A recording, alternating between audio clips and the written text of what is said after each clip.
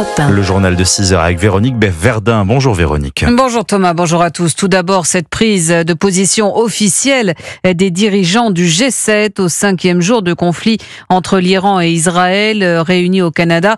Ils viennent de publier une déclaration commune dans laquelle ils affirment le droit d'Israël à se défendre, précisant que l'Iran est la principale source d'instabilité et de terrorisme dans la région.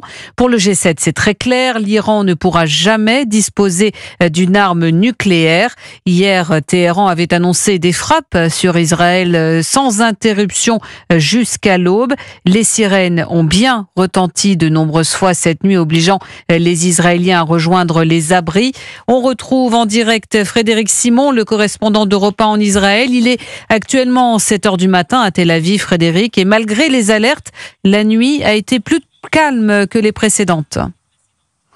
En effet, en dépit des menaces de l'Iran, la nuit a été bien plus calme que les nuits précédentes. Les sirènes ont retenti dans le nord d'Israël, mais un nombre limité de missiles ont été projetés et l'on ne signale ni blessés ni dégâts matériels. L'armée iranienne dispose encore d'un arsenal impressionnant de missiles balistiques, mais il semblerait que l'aviation israélienne soit parvenue à détruire un nombre important de rampes de lancement sur le sol iranien, parfois très peu de temps avant que les missiles ne soient lancés. Et puis la défense antiaérienne continue elle aussi de faire la preuve de son efficacité. Les avions de chasse israéliens accentuent parallèlement leur pression sur des objectifs liés au régime des mollahs en Iran, à Téhéran notamment, où les studios de la télévision d'État ont été pris pour cible hier.